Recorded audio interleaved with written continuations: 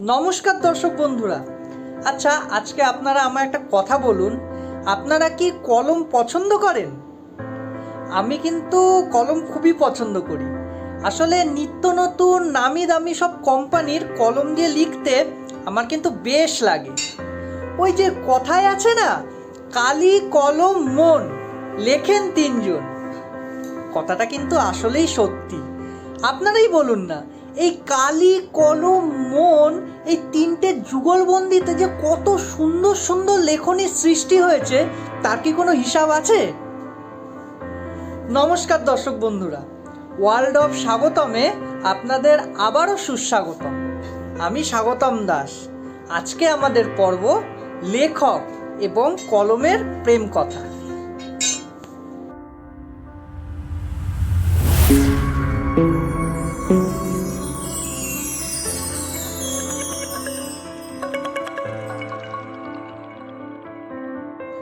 বিখ্যাত লেখক বিভূতিভূষণ বন্দ্যোপাধ্যায়েরও কিন্তু এই কলম প্রীতি ছিল। ওনার সব থেকে প্রিয় যে কলমটি ছিল সেটা হচ্ছে পাইলট ফাউন্টেন পেন বা পাইলট ঝর্ণা কলম। ওনার বিশ্ববিখ্যাত উপন্যাস পথের পাঁচালী, এই পথের পাঁচালী কিন্তু লেখা শুরু হয়েছিল এই পাইলট ঝর্ণা কলম দিয়েই। কিন্তু ওনার এই পাইলট ঝর্ণা কলম দিয়ে উনি উপন্যাসটি শেষ করতে পারেননি। ওনার উপন্যাসটি শেষ হয় পার্কার ঝর্ণা কলম বা পার্কার ফাউন্টেন পেন দিয়ে। উনি কালির দোয়াতের মধ্যে ডুবিয়ে ডুবিয়ে লিখতে বেশ পছন্দ করতেন। এরপর বলি লেখক বুদ্ধদেব বসুর কথা। ওনার আবার প্রিয় কলম ছিল হচ্ছে শেফার ফাউন্টেন পেন বা শেফার ঝর্ণা কলম। আর ওনার সংগ্রহে সে কি বলবো, ওয়াটারম্যান থেকে শুরু করে মবল, পার্কার, কি না ছিল। উনি কালো কালিতে লিখতে খুব পছন্দ করতেন। উনি জীবনের শেষ দিন পর্যন্ত উনি কালো কালিতে লিখতে পছন্দও করতেন এবং ওনার বিখ্যাত বিখ্যাত উপন্যাসগুলো উনি কালো কালিতেই লিখতেন। লেখক মানিক বন্দ্যোপাধ্যায়ের সংসার ছিল অভাব অনটন এবং দারিদ্রতাপূর্ণ। উনি কখনোই কলম বিলাসী ছিলেন না, কিন্তু তাই বলে কলমের প্রতি ওনার ভালোবাসা ছিল না তা কিন্তু একবারও নয়। ওনার লেখার সর্বক্ষণের সঙ্গী ছিল একটি সোয়ান কলম, যেটি ওনাকে উপহার দিয়েছিল ওনারই এক কাছের বন্ধু। উনি ওনার এই সোয়ান কলমটি দিয়ে লিখতে খুব পছন্দ করতেন এবং লিখতে লিখতে এমন একটা সময় এসেছিল যে পেনটার অবস্থা পুরো দফা রফা, পেনের জিভ নিব সব বেরিয়ে এসেছিল এবং ওনার কাছে পর্যাপ্ত অর্থ ছিল না সেটিকে সারাই করবে। তাই তিনি সুতো দিয়ে ওই জিভ নিব বেঁধে অনেক কালজয়ী লেখনী উনি সৃষ্টি করেছেন এবং আমাদের উপহার দিয়েছেন। সত্যজিৎ রায় যখনই ইংলিশে কিছু লিখতেন তখনই তিনি হাতে তুলে নিতেন টাইপরাইটার, কিন্তু উনি যদি বাংলায় একটি অক্ষরও লেখার ওনার প্রয়োজন হতো তিনি কিন্তু টাইপরাইটার নিতেন না, তিনি হাতে তুলে নিতেন বিভিন্ন নামি দামি ব্র্যান্ডের ঝর্ণা কলম। এমনই ছিল ওনার কলম প্রীতি। ওনার যাবতীয় পাণ্ডুলিপিতে তিনি নানা রকম কালি, লাল, নীল, খয়েরি, সবুজ, বিভিন্ন কালি উনি ব্যবহার করতেন। আর পৃথিবীর সব নামি দামি brand waterman, mobile, Parker, shepherd এইসব পেন কিন্তু উনি ব্যবহার করতে খুব পছন্দ করতেন। ওনার পাণ্ডুলিপি প্রায় বেশিরভাগ সময়ই পুরোপুরি কাটাকুটিহীন থাকত। উনি সুন্দর ঝকঝকে তকতকে তিনি নামি দামি ফাউন্টেন পেন দিয়ে বা ঝর্ণা কলম দিয়ে লিখতে খুবই পছন্দ করতেন। বিখ্যাত সেতার বাদক পণ্ডিত রবিশঙ্করজিরও এই কলম প্রীতির কথা সর্বজন বিদিত।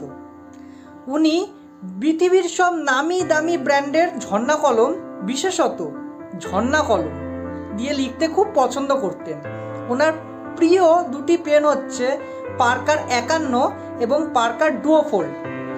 যখনই ওনার কাছে কেউ অটোগ্রাফ নেওয়ার জন্য খাতাটি বাড়িয়ে দিতেন এবং পেনটি দিতেন, উনি কিন্তু নিতেন না।